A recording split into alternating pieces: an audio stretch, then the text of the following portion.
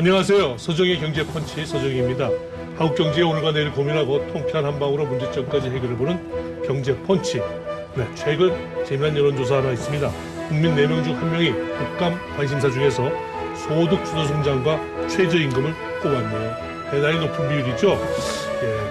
이 소득 주도 성장과 최저임금 이슈, 우리 경제 이슈 중에서 너무 많이 자주 등장하는 것 같은데, 한쪽에서 무모한 실험이다, 또 한쪽에서 새로운 체질 개선이다, 이렇게 서로 맞서고 있습니다.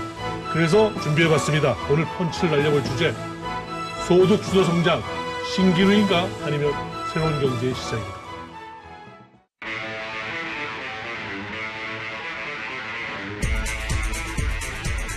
연봉은 얼마나 받으세요? 이게 지금 감독이 하시는 일이 뭡니까?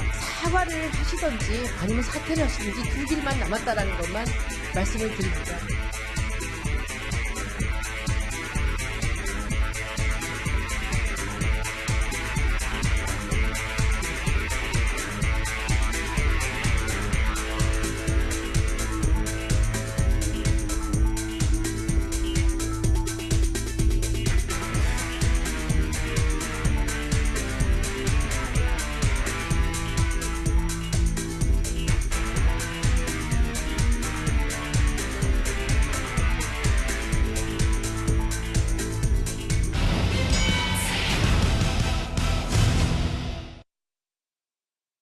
네, 그래서 진짜 어려운 분 한 분 모셨습니다.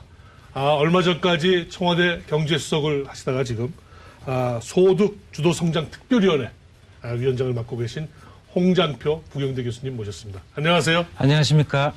진짜 어려운 분 모셨습니다. 방송은 처음 출연이시죠? 예, 그렇습니다. 예. 이렇게 모셔서 좀 아쉽고 또 조금 억울한 내용도 좀 있지 않았을까 제가 미루어 짐작해 봅니다.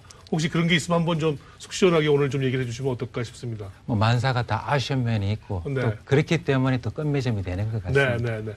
일단 시작은 정책기획위원회 안에 네. 소득 주도 성장 특별위원회 네, 이게 설치돼서 이제 위원장을 맡으셨어요. 이게 뭐 어떤 건가요? 정책기획위원회는 다들 아시다시피 그 대통령 정책자문기구로 되어 있고요. 그중에 산하에 여러 개의 특위가 있는데 그중에 소득주도 성장 특위가 정책기획위원회와 이제 긴밀하게 협력하기 위해서 만들어진 일종의 조직이다. 그렇게 보시면 되겠습니다. 그 소득주도 성장 갖고 앞에서도 말씀드렸습니다만 논란이 계속되고 있지 않습니까? 예, 그 논란이 한가운데 있습니다. 예. 위원회를 만들어서 위원장을 맡으신 거 보니까 예. 여전히 이 정부는 강한 애착과 집착을 보이는 것 같습니다. 이쪽에. 강한 애착이라기보다는 이렇게 가지 않으면 안 된다라는 거는 일종의 그 책임감 이런 것들을 갖고 있다. 그렇게 해서 그것 때문에 소득주도 성장 특위가 만들어진 거 아니냐. 저는 그렇게 생각하고 있습니다. 지난 이명박 정부 때 4대강 비교하면서 그때 이제 예산을 엄청 퍼부었는데 그 이상 가는 예산을 지금 일자리에다 퍼붓고 있다. 그래서 소득주도 성장론에 어떻게 보면 어떤 비효율성, 예산 퍼주기 이런 식으로 지금 많이 비판을 받고 있어요. 좀 변호를 좀 해보시죠. 어떻게? 실제로 많은 예산이 일자리 그 대책으로 들어가고 있습니다. 그리고 그 소득주도 성장 그 자체의 그 일종의 패러다임은 그것을 훨씬 더 뛰어넘는 일종의 우리 그동안 수십 년간의 경제 구조 그리고 불평등한 사회 모습들 이런 것들을 바꿔보자. 그래서 체질을 바꿔보고 그리고 체질을 개선하는 그런 면에서 일종의 정책의 전환 그런 거라고 보시면 되겠고요. 그런 한도 내에서 정책은 한두 가지가 아니고 굉장히 많은 그런 정책들을 포괄하고 있습니다. 그렇기 때문에 오히려 진짜 오해가 있었던 것 같아요. 소득주도 성장이 가지는 여러 가지 정책이 있을 것 같은데 소득주도 성장하면 지금 많은 국민들에게 저거 최저임금 올린 거 아니야? 이렇게 지금 돼 있어요. 그게 큰 오해죠. 예, 저도 그렇게 생각하고 있고요. 또 그런 면에서 다른 여타 정책들은 좀 주목을 받지 못한 면에서 좀 아쉬운 면도 있고요. 또 정부로서도 그런 것들을 적극적으로 제대로 홍보하지 못했다는 그런 점에서도 정부에서도 좀 반성해야 될 그런 부분도 있다. 아마 그 초기 집권하시자마자 다음번 이제 그 올해 봄이죠. 지방선거를 앞두고 어떤 정치적인 그런 어떤 나름 계산도 포함이 돼서 최저임금 부분을 좀 가파르게 넘어가신 건 아닌지, 어떻게 보면 정치적인 기대가 더 앞선 건 아닌지 한번 여쭤보고 싶습니다. 저는 경제 정책과 관련돼서 네. 정치적인 고려 이런 것들은 최소화시키는 게 바람직하다. 바람직한데 그걸 막지 못하셨을 건 아니었을까요? 그런데 실제로 일정상 보시게 되면은 우리가 지난 5월에 정부가 출범했지 않습니까? 그리고 바로 이어서 가장 먼저 등장한 것이 최저임금위원회에서 최저임금이 결정이 되어버렸습니다. 이제 그러다 보니까 거기에 아마 경제정책 중에서 가장 중요한 부분이 가게 되었고 또 관련되는 여러 가지 후속 조치들을 준비하는데 시간들이 많이 들어갔다. 그런 점을 좀 고려하시면 어떨까. 그런 생각을 좀 하고 있습니다. 기업 쪽 얘기 한번 여쭙고 싶습니다. 이 정부 들어서 기업하시는 분들이 좀 많이 힘들어한다는 얘기가 많이 들립니다. 왜 그렇습니까? 사실은 정부의 정책과 관련된 부분이 있을 수 있는데요. 저희들은 제가 판단하기로는 정부는 일관되게 하나의 메시지를 보여주고 있지 않느냐. 적어도 기업의 활동에 대해서는 투자 그리고 생산 그리고 고용에 대해서는 기업의 자율에 전적으로 맡기고 있다. 다만 그 과정에서 우리가 지켜야 될 그와 같은 일종의 룰이라 그러지 않습니까? 일종의 공정경제와 관련되는 질서, 거래 질서에 대해서 그와 같은 룰을 지켜준다라면은 적어도 기업의 자유로운 활동은 보장한다라는 그와 같은 메시지를 지속적으로 냈다라고 생각을 하고 있습니다. 기업이 좀 어렵다라고 생각하는 것들은 아마 특히 중소기업과 아마 자영업 부분에서 아까 말씀드린 최저임금 그리고 향후에 일정이 잡혀져 있는 근로시간 단축 이런 것들이 기업의 일종의 비용 부담으로 작용하는 것들 이런 것들이 아마 그렇게 인식하는 것에 아마 요인이 되지 않았을까 그렇게 생각을 하고 있고요. 막연히 기업들이 하여튼 이 정부에 대해서 좀 겁을 먹는다 그럴까요? 어려워한다 그러면 그건 오해라고 말씀하실 수 저는 전적으로 오해일 가능성이 높다. 그렇게 저는 생각하고 있습니다. 그와 관련해서 특히 대기업들은 그렇다지만 중소 중견기업들은 오히려 환영을 해야 될 분위기일 수도 있는데 여기 지원을 해주시겠다고 그랬는데 거기도 마찬가지로 어려움을 많이 호소합니다. 특히 상속증여 이렇게 기업을 이제 이전 후세대에게 넘기는 과정이 너무 힘들다. 그 OECD 평균에서 굉장히 거의 탑 랭킹인데 그만큼 아마 과거에는 기업을 이렇게 후대에게 넘기는 과정이 계속 부의 축적 과정에 대한 여러 가지 문제 때문인지 굉장히 고율의 세금을 매겼던 것 같아요. 근데 아까 우리 홍 위원장께서 말씀 주셨듯이 이제 법적인 테두리 안에서 제대로 한다면은 철저하게 자유를 보장한다면 이런 세율도 좀 낮춰주고 이제는 법적인 현실적인 기업 경영에 관한 철저하게 보시고 그 철저하게 보신 대신 이제 기업을 후대에 넘긴다든지 하는 부분은 좀 더 순조롭게 해주고 이렇게 가야 되는 거 아닐까요? 그런 방향도 충분히 고민할 필요가 있는 거고요. 실제로 이제 우리 중소기업들이 사실 가업 상속 이런 것들이 제대로 되고 있지 않지 않습니까? 여러 가지 요인들이 있는 것 같습니다. 그중에 한 요인을 지적하고 계시는 거고. 저는 이제 그런 면도 있고 동시에 더 생각해야 될 것들도 과연 이제 우리 경제의 일종의 분위기 그리고 사업하는 분위기 자체가 과연 중소기업 하기에 굉장히 좋은 분위기이냐 그런 여건들이 충분히 되어 있는 거냐 그런 어떤 좀 더 들어가는 이야기까지도 동시에 고민해야 된다 그렇게 보고 있습니다. 현장에서 다들 말씀들 많이 하시는 내용들 중에서 사람 구하기 너무 힘들다. 그리고 기술 개발을 해도 이게 과연 제대로 보상이 되느냐 그런 이야기들 그리고 여러 가지 판로 개척해서 여러 가지 힘든 것들 이런 것들이 복합적으로 우리 중소기업들의 성장들을 사실상 어렵게 하는 이런 요인들이 있는데 그런 것들도 하나하나 이제 실제로 현장에서 말씀들 듣고 그런 거 풀어나가야 되는 게 또 소득도 성장의 중요한 과제 아니냐 깊이 고민하겠습니다. 질문을 좀 이제 다른 걸로 바꿔보겠습니다. 이제 우리 홍 위원장님 수석 이어서 다음 수석이 이제 지금 현재 윤정원 수석이라고 이제 관료 출신의 이제 수석이 임명됐습니다. 그 과정에서 많이 나왔던 얘기가 이제 초기 이 정치권에서 특히 정치 캠프에서 이렇게 대선을 치른 분들이 이제 쭉 들어왔는데 그분들이 현실을 잘 모른다. 시장 친화적이지 않다. 뭐 이런 비판을 많이 받았습니다. 좀 억울하시지 않은지 모르겠는데 그런 비판을 많이 들으셨죠? 뭐 그런 이야기들을 한다는 것을 알고 있습니다. 네. 뭐 그런 부분과 관련돼서 저는 철저하게 자본주의 시장 경제를 신봉하는 사람이고요. 네. 그리고 우리 정부에서 추진하고 있는 뭐 최저임금까지 포함한 모든 정책 자체는 시장, 특히 우리 한국 경제에서 작동되고 있는 시장, 그 시장 기능이 제대로 작동되도록 하기 위한 그런 일종의 대단히 시장 친화적인 그런 정책이다. 저는 이제 그렇게 생각하고 있고요. 또 많은 분들도 그런 부분에 대해서는 또 동의해 주시는 분도 많습니다.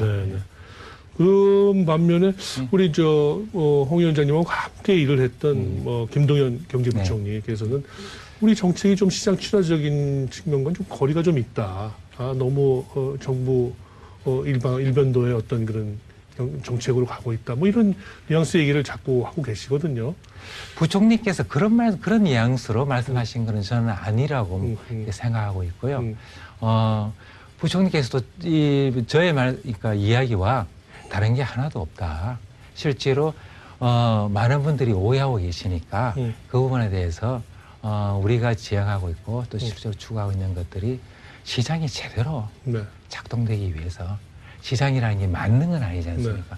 여러 가지 뭐 특히 독과점 같은 경우에는 실패가 많이 발생합니다. 그런 분들을 어떻게 교정할 것인가 그런 측면들을 함께 고민하시면서 이야기한 걸로 그렇게 저는 받아들이고 있습니다. 우리 이제 홍 위원장께서 다시 이제 교수의 신분으로 일단 오셨고 위원장을 맡고 계십니다만 그러니까 좀 많은 분들이 이제 현 정부의 어떤 경제 정책을 담당하시는 몇몇 분에 대해서 좌파다. 이렇게 이제 규정을 짓고 이제 어떻게 보면 오해의 소지가 좀 있는 것 같아요. 본인 스스로의 경제 정책의 노선에 대해서는 부분적인 부분적인 좌파, 중도 좌파, 중도 우파 어디에 속한다고 생각하십니까? 저는 왼쪽에 계시는 분들한테 우파라는 이야기를 듣습니다. 그렇습니까? 예, 오른쪽에 계신 분들한테는 왼쪽이라고 듣습니다. 예전에 케인즈가 그랬다고 그러더라고요. 예. 저희 위치가 뭐 제가 개인적으로 생각하는 것과는 달리 그런 식으로 평가를 받고 있는 걸로 알고 있고요. 그러면 기존에 계신 분들이 약간 우파였다고 한다면 그분들 시야에서는 분명히 홍 위원장은 좌파 맞네요. 양쪽에서 동시에 비판을 받는 거 이런 것들이 사실은 일종의 정책을 뭐 개인의 신념에 의한 것이 아니라 정책 목표를 두고 가야 된다는 그런 방향이 아닐까. 저는 오로지 방향 자체를 이 소득 성장도 마찬가지고요. 정책 목표를 어디에 두느냐. 그래서 좀 더 불평등을 완화시키는 방향이라면 그게 좌파든 우파든 관계없이 오로지 그것을 향해서 가는 게 옳지 않냐 그렇게 생각하고 있습니다. 소득 주도 성장을 꼭 성장론으로 불러야 되겠습니까? 분배론으로 부르면 안 될까요? 분배론이면서 동시에 성장론이다. 저는 그렇게 정리를 하고 있고요. 또 국제적으로도 그렇게 불리고 있고요. 사실은 뭐 분배 문제와 성장 문제가 서로 다른 거다라고 이야기하는 게 과거의 모습이라면은 오늘날 뭐 여러 뭐 OECD나 그 다음에 IMF나 ILO나 이구동성으로 성장과 분배는 같이 갈 수밖에 없다. 뭐 그런 면에서 분배이자 동시에 성장이다. 저는 그렇게 보고 싶습니다. 아마 그 소득주도 성장 초기에 어떻게 보면 정책의 큰 변화 과정에서는 항상 어려움이 따르게 마련이겠습니까? 그래서 큰 변화를 주도해 오셨고 한 과정에서 비판도 많이 받으셨습니다만 이 소득주도 성장론이 이제 이 정부도 이렇게 진행이 된 이후에 우리 경제에 적어도 이런 긍정적인 변화가 나타났잖아라고 하는 그런 얘기 하실 수 있는 부분이 아마도 우리 홍 위원장께서는 있지 않을까 싶은데 어떤 부분을 들고 싶으십니까? 제가 좀 말씀드린 가장 긍정적인 변화는 우리 경제가 바뀌어야 된다. 그리고 그 방향은 수출뿐만 아니라 내수 시장 그리고 가계 소득이 대단히 중요한 부분이다. 라는 인식. 그리고 또 하나는 지금처럼 우리 경제 곳곳에 스며들어 있는 여러 가지 불평등이나 불균형 이런 것들이 지나치면은 네. 실질적으로 성장이라는 것은 지속 가능하지 않다라는 공감대가 형성이 되어 있고 또 그 방향으로 가자라는 것에 대해서 어느 정도 국민들도 공감해 주시고 있는 거 아니냐. 네. 뭐 여러 여론조사 결과 이런 것들이 그런 방향으로 예, 보고 예. 있고요. 문제는 성과를 어떻게 내느냐. 그렇습니다. 예, 그 부분이 저도 그리고 우리 정부에서도 가장 고민하는 부분이고 네. 긴 호흡으로 바라보면서도 당장 우리 국민들한테 공감을 할 수 있는 그런 성과, 특히 일자리 문제입니다. 네. 그런 부분에서 성과를 내야 된다는 것에 대해서 강한 책임감과 그리고 두려움을 갖고 있습니다. 뭐 거론을 해주셨으니까 제가 바로 여쭙겠습니다.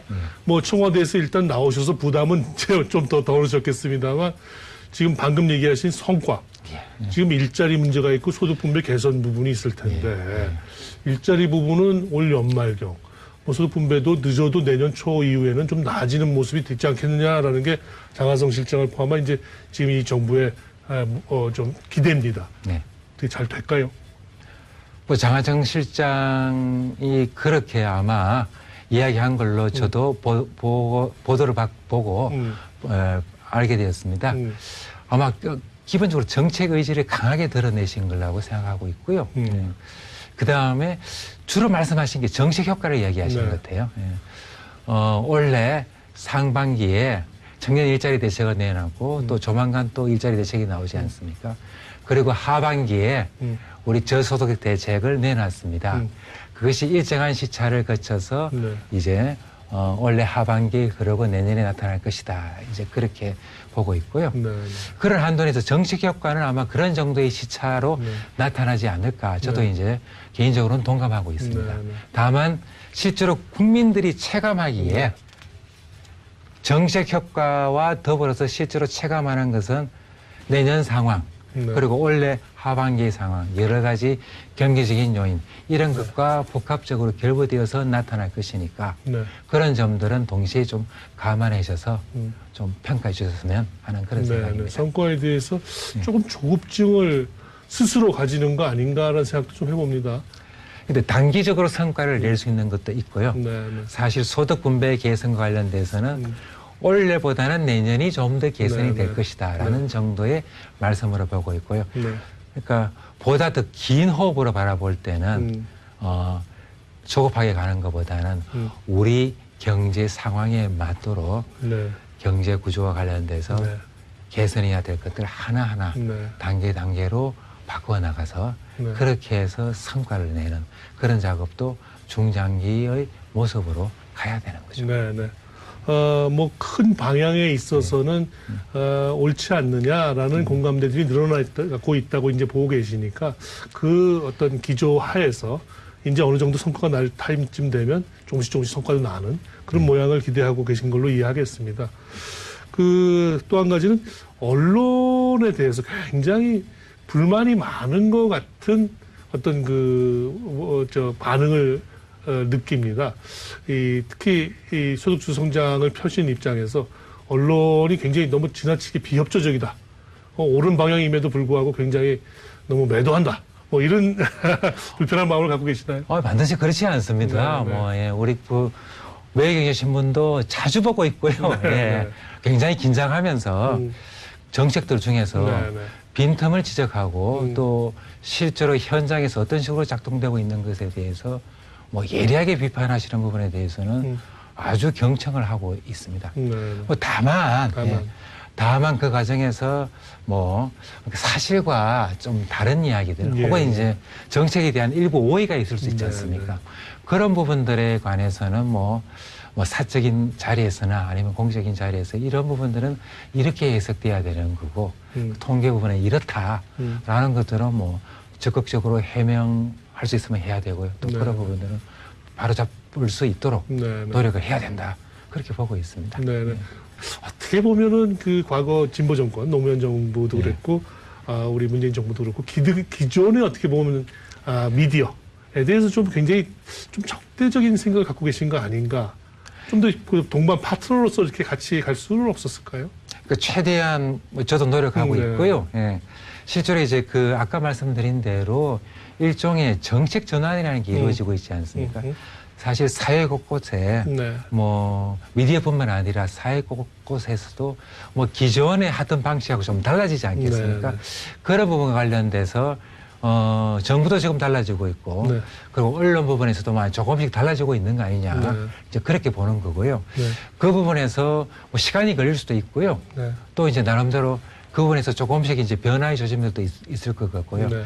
그럼에도 불구하고 끊임없이 좀 더 많은 의사소통의 기회 네. 이런 것들을 가지는 게 네. 그것이 문제를 해결하는 척격이 아닐까. 네. 네. 뭐 그래서 오늘 또 이 자리에도 나왔고 네, 네, 알겠습니다. 소통의 자리라고 생각하고 있습니다. 그렇습니다. 예. 우리 경제수석을 맡으셨던 어려운 입장을 겪어오신 입장에서 끝으로 한 가지 여쭙겠습니다. 진짜 지금 돌이켜 보니까 이건 내가 조금 미스를 한 것 같아라는 좀 후회되는 부분이 있으시면 하나 소개해 주시고요. 네.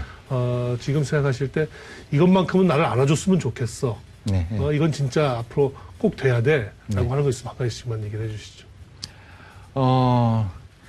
요건 꼭 알아줬으면 좋겠다라는 것은 그동안 이제 미디어에서 별로 다뤄지지 않았던 부분인데요.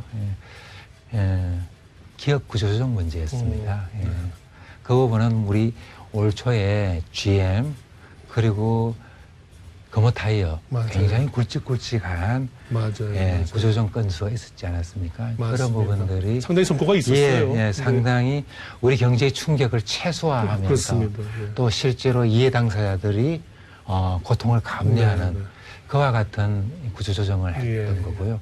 그 부분 관련돼서 고통을 감내했던 분들 또 관련돼서 여러 이 관계부처들이 대단히 많이 노력했습니다. 그런 부분들이 좀 상대적으로 덜 알려졌다. 성과에 비해서는 조금 평가를 덜 받으신 것 같습니다. 그런 부분이 되는 거고요. 좀 아쉬웠다. 라고 내가 생각해도 이건 좀 실수한 것 같다. 좀 우리가 후회된다는 거 있을까요? 예. 제가 제대로 챙기지 못하고 아마 중간에 나왔던 것들이 이제 그 종합부동산세와 관련된 그런 부분에서 우리 그 재정특위에서 그쪽에서 건의했던 사항들이 거의 좀 더 제대로 반영됐으면 어땠을까. 저희 불찰이기도 하고 또 그 이후에 다시 한 번 더 부동산 문제들이 불거진 것들에 일정한 책임을 느낀다. 그런 아쉬움이 남습니다. 진솔한 말씀 감사드리고요. 오늘 도움 말씀 대단히 감사합니다. 나와주셔서 감사합니다.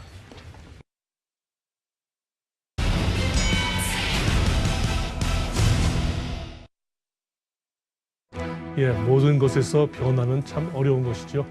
경제정책 변화, 참 어려웠던 그런 느낌을 우리 오늘 손님 말씀에서 여러 가지로 느낌으로 전달받습니다. 그 변화가 우리 경제의 진정한 새로운 마중물로서 기여하기를 간곡히 기대해 보겠습니다. 서정희 경제펀치 오늘 여기서 그만 인사드리겠습니다.